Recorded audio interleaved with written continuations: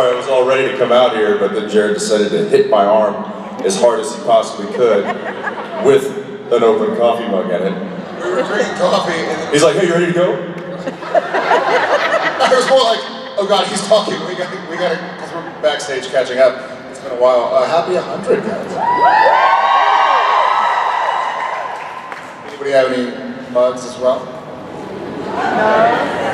We're not that lucky. Nobody? No. Hey, why don't you put it in your left hand? I was like, hurry, we gotta go. No, we love coming here. It is a little difficult when you film until 2 a.m. yesterday morning. 5 a.m. New York time. Right, and then get on a plane and fly here and try to somehow catch up sleep-wise. But, So forgive us if we're a little droopy-eyed. Yeah. And I didn't have it. Our hearts are happy. And of course, we didn't nap yesterday because that would make sense. I also have my daughters here with me. So it was like, okay, well, let's go to the Natural History Museum. And Danielle's here as well. She was doing some stuff for a project that she's working on. So it was me and JJ and Jared and Cliff, which was really funny looking. It was like 3 men and a baby walking through the History Museum. Yeah, and I don't know if y'all have been, it's an amazing museum, but we're also, Cliff, Jensen, and I are not small guys. So as it is, we kind of have to push through people, and you kind of see, I'd always catch the back end of somebody going like, wait a second, we're just walking through. It's pretty fun, trying to face it. It was nice, however, though, because about halfway through, you know, she's 5, so she gets tired. She's like, Daddy, hold me. And I'm like, no, but I'm sure Uncle Jared would love to. When she gets so big. Yeah, she's a big girl. Anyway, so it's happy to be here, but yeah, we're a little tired. We'll wake up. Another 400 of these will be good to go. When do we premiere? Do we premiere this week or next week? Next week. Okay. We are day 1 of episode 8. Tomorrow will be day 2. That's right. Yeah. Is anybody going to the Entertainment Weekly screening tomorrow? Woo! Yeah. That'll be fun. Yep. Get to see. We'll explain what that is. Some people might not even know. I don't know. You can explain what it is. So we're screening the premiere tomorrow. I think they have some of their subscribers were able to sign up and see our premiere tomorrow. So we're gonna watch it. Oh, I have a pocket in my shirt.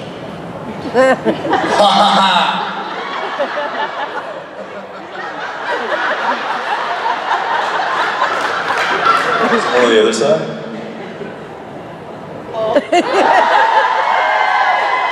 And you have them right. It's like those people that have like additional nipples down here. Don't act like you don't know what I'm talking about.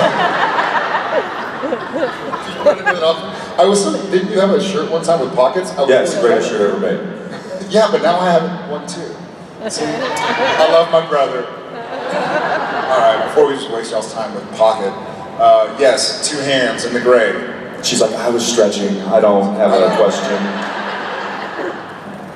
Hi, I'm Megan. My question is, what is your favorite moment from fatherhood or being a dad this past year with your kids? Gosh.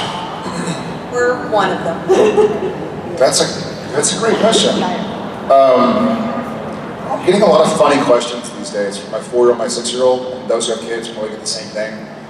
And it's always difficult, you know, I run this fine line where I don't want to lie to kids. And they're like, you know, Dad, how are babies made? And you're like, kid, there's a raccoon over there. Go look at. So it's kind of the. No, you don't. You shouldn't. Go ask Uncle Jensen. He's got answers for you. Looking at me like, what am I supposed to say? Specifically, gosh. I'll let you think about it. I've got one.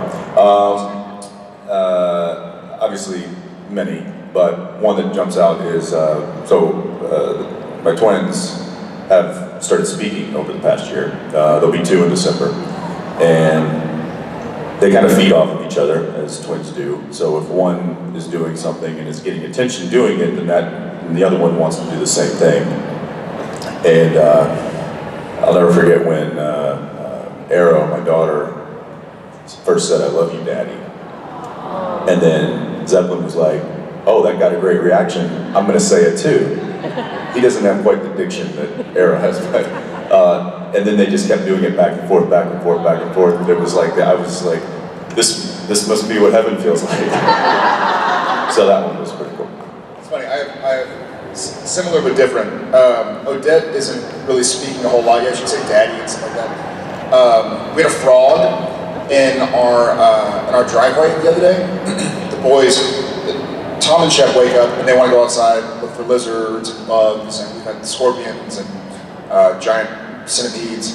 We had a frog, so they were trying to teach their 1.5-year-old sister what a frog was, and she tried to say it. It didn't sound like frog. You can imagine what it sounded like, so having her run around saying what a 1.5-year-old, so you can use your imagination. And then Jen sent me a video yesterday morning, and I got it when I woke up. And it's, I guess Odette woke up and got into bed with Jen. And it's probably 20 seconds long, and Odette's kind of watching TV and being cute. And Jen is like saying, I love you, Daddy, I love you, Daddy. And Odette's not saying anything. And she's kind of like that. She just ignores me, ignoring all of us. I love you, Daddy, I love you, Daddy. Finally, about 15, 20 seconds in, she just goes, no.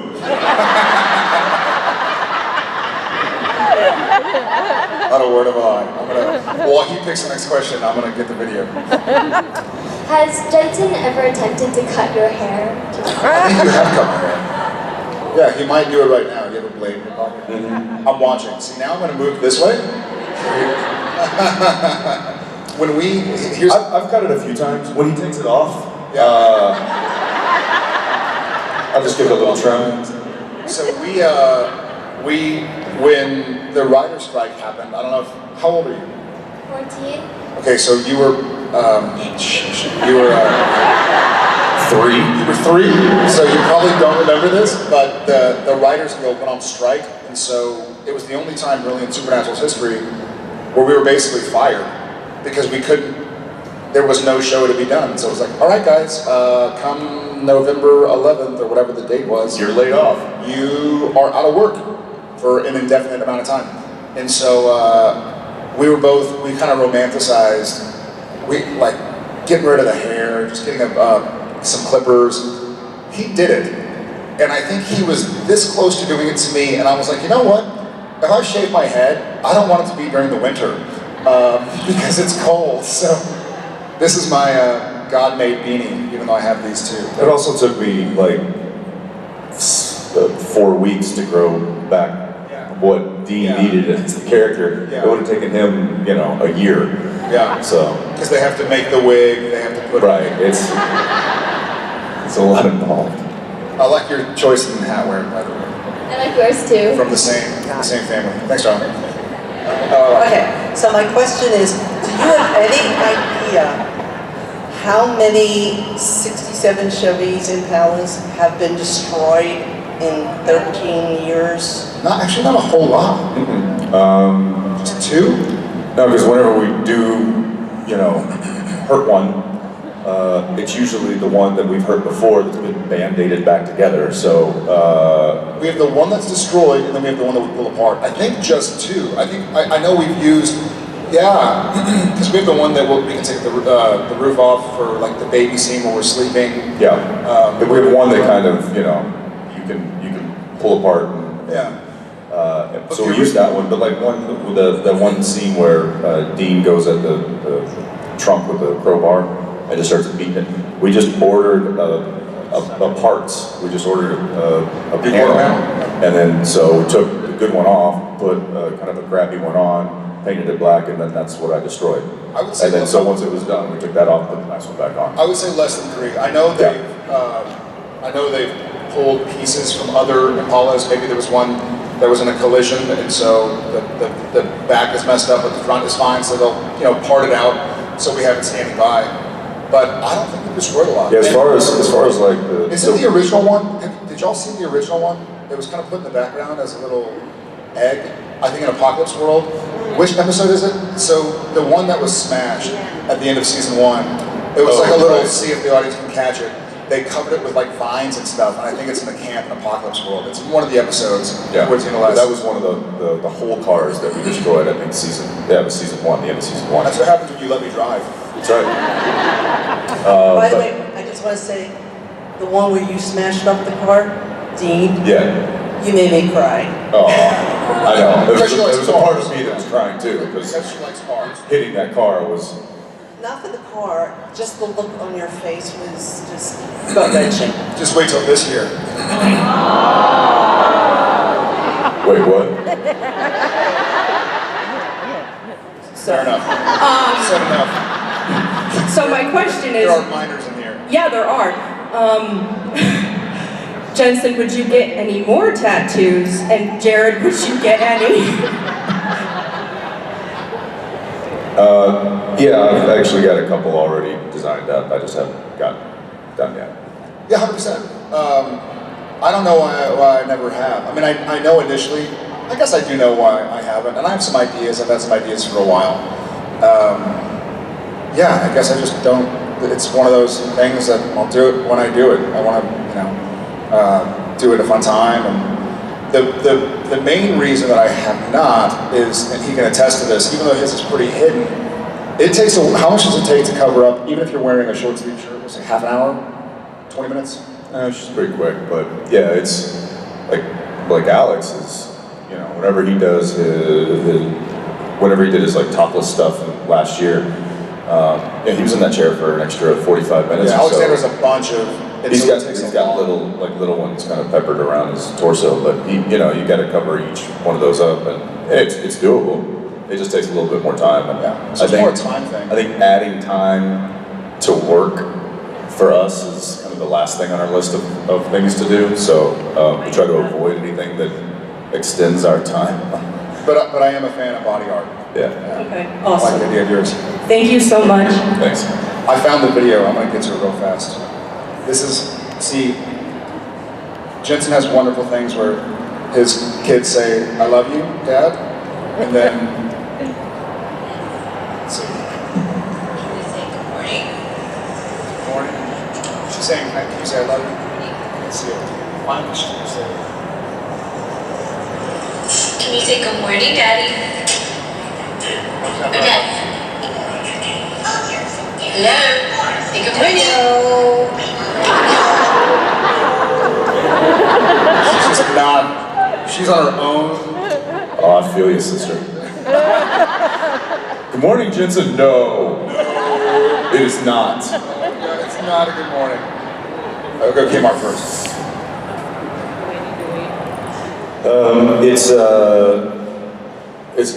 It's exciting to do something new, especially after 13 years of playing the same character and telling these stories.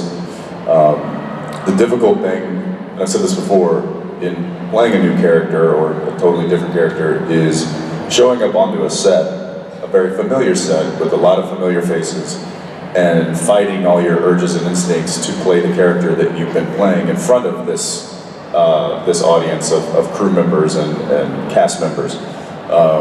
So in doing that, I found that quite challenging to fight the urge to kind of settle into To fight the fairies? Yes. So I did consciously kind of resist those urges, and in order to make the decisions that I needed to make to play Michael, which was challenging, but a good challenge. I think being able to do that and shake it up a bit this far along into a series is, I think, a testament to the writers, and it gives us fun stuff to play. And yeah. Super scary in the preview as Michael with the torturing. It's not clean at all. It was awesome. Look, it's always fun to play the bad guy. Anybody who says otherwise is lying to you. And I'll say this, if you're similar to Dean, then your brother sounds awesome. Thank you. Well, thank you guys so much. Thanks for traveling so far. What's the question? I was wondering how Dean felt when God or Chuck brought your mom instead of your dad back to the show. Great question.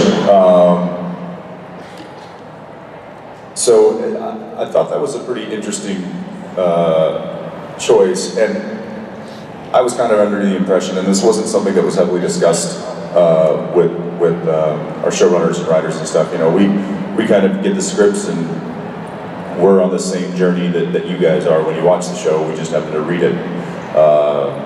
So when Mom came back, you know, sure, yes, Dean has always longed for his mother to be a part of his life and to have been a part of his life, and he, you know, what he had, the ideas that he had about his mother were just really ideas, because he was, you know, 6 years old when she burned on the ceiling, and so the life that he missed with her was only in his mind, and I thought, oh, okay, well, this is something they want to play out, although I would think that Dean might need his father more, but then I'm like, I remember, well, Jeffrey D. Morgan's probably not available right now because he's busy working on another show. But anyway, I didn't give it, you know, I was like, sure, Mom, okay. And it didn't really become ultimately clear to me until the end of the next season, when Dean had that scene where he told his mother how much he hated her for where it had left he and his brother. And I think that's what, when Amara and Chuck gave Dean his mother back, it was because of that moment. Dean needed to realize how he truly felt about the situation, and he needed to be able to forgive her and to be able to move on. And it was a pretty powerful scene, and it wasn't until that moment where I was like, that's what he needed the most. It wasn't just having his dad around. He needed to have this confrontation with his mother, and that was something that he needed in order to heal himself. So that's. Thank you, guys. Thank you. Thank you guys so much. All right, guys, we'll see you in a little while. Thanks for being here.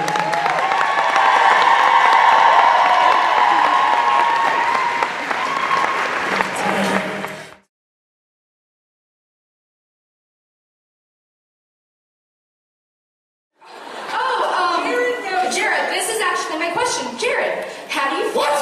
Wait. What just happened? So how do you feel about being blamed for everything by 2,166 people? What? And counting. It's being which? What? Being blamed for everything. Oh, that's fine. I'll take it. I started the apocalypse. It's cool.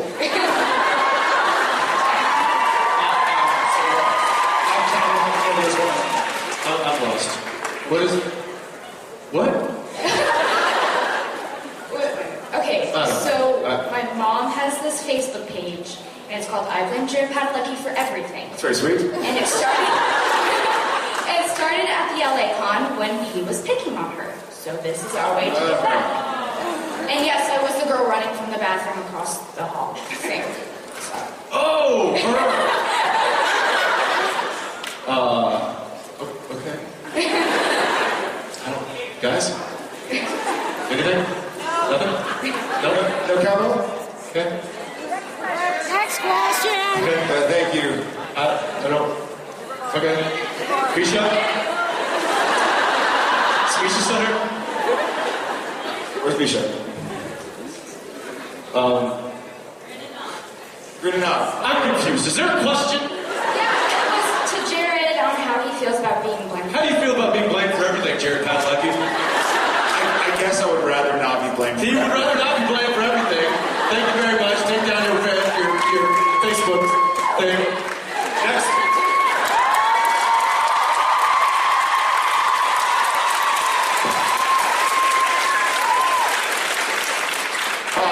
Hey Jared, guess what? I blame you for that. So there's 2,160 people.